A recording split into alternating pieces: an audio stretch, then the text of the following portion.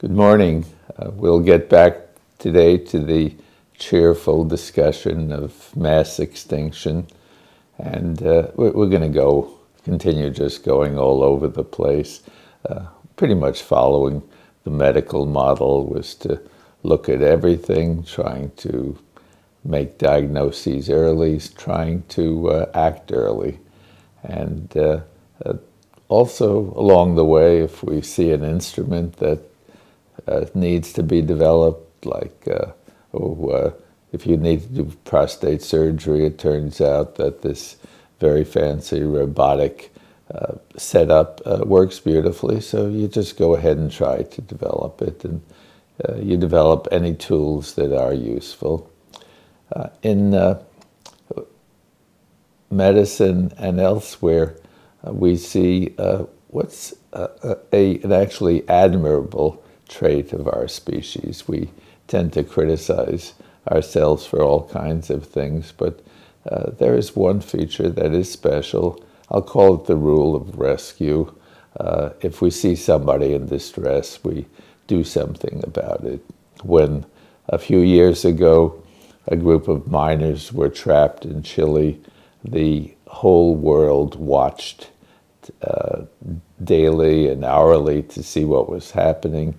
Everything conceivable was done to save them, and when they were led to the surface afterward, one by one, the world actually erupted in joy as each person came out, told the story. It was a great time. This tremendous excitement ebbed rapidly. We have absolutely very little knowledge about the follow-up.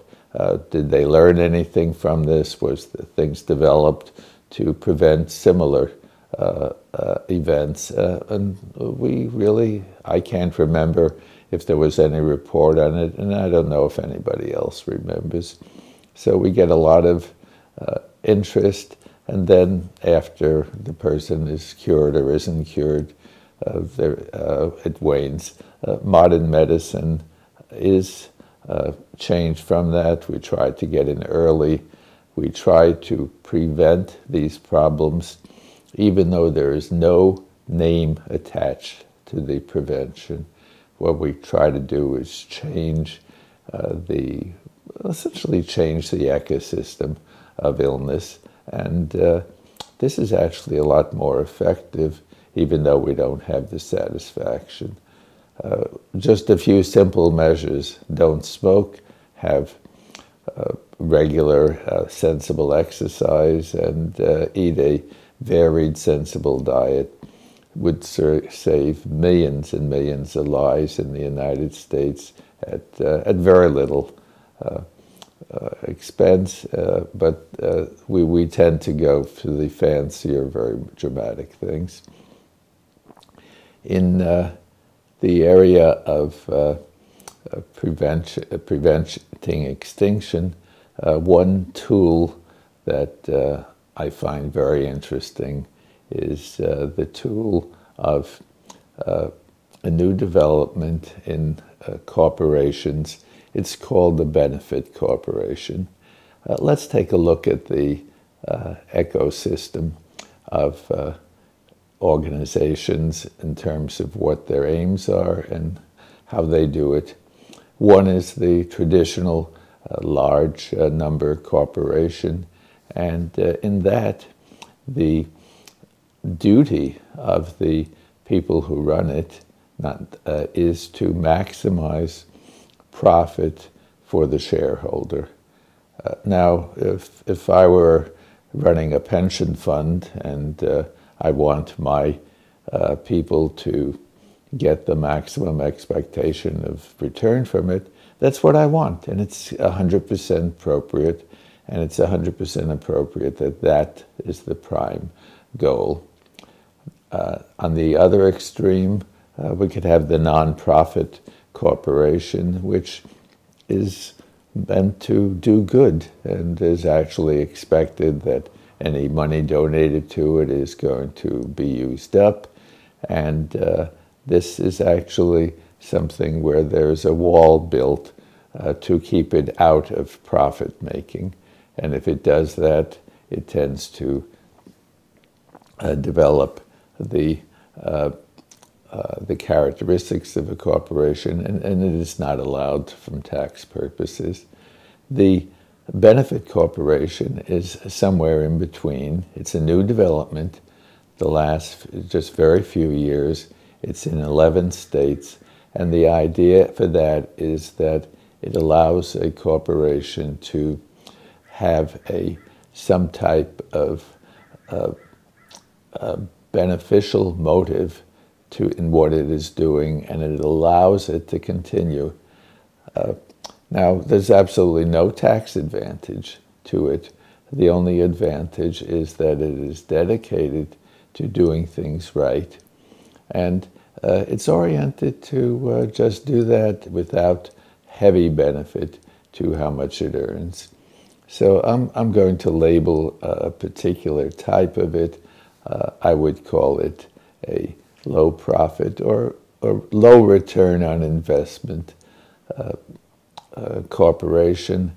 And in my idealized concept, I visualize a few billionaires getting together, ones who would normally just give their money to the Gates Foundation and not worry about it much, and really want to do some good. Well, how about setting up something that's going to do some good and last a long, long time? And then if later on you want to sell your shares and give them to the Gates Foundation, great. You've had the benefit of having something that has done some good, is lasting, and is going to then allow you, if you want to, just get rid of it, pass it on. And so it has a double effect.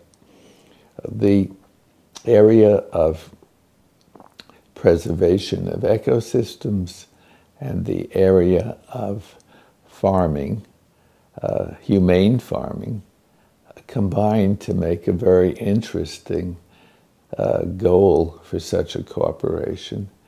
In my visualization, the several billionaires get together and they come up with a good equity investment, and then they maintain it, and they can set it up to pass it on to someone else when they pass away, and so they get the double benefit of the good, decent performance during the existence and the donation afterwards. Okay, how would it function? Well, one thing it would do would be to function in the most decent, effective manner possible.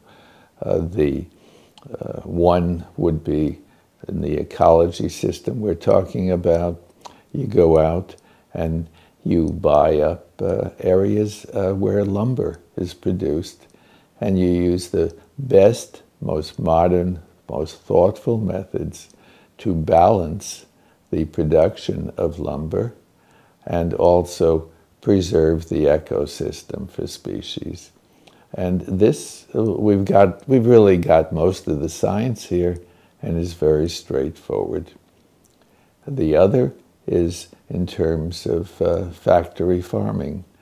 Those of us who consider factory farming simple cruelty, simple wanton cruelty, would be very happy to take less of a return if it would avoid the basic torture to our fellow creatures.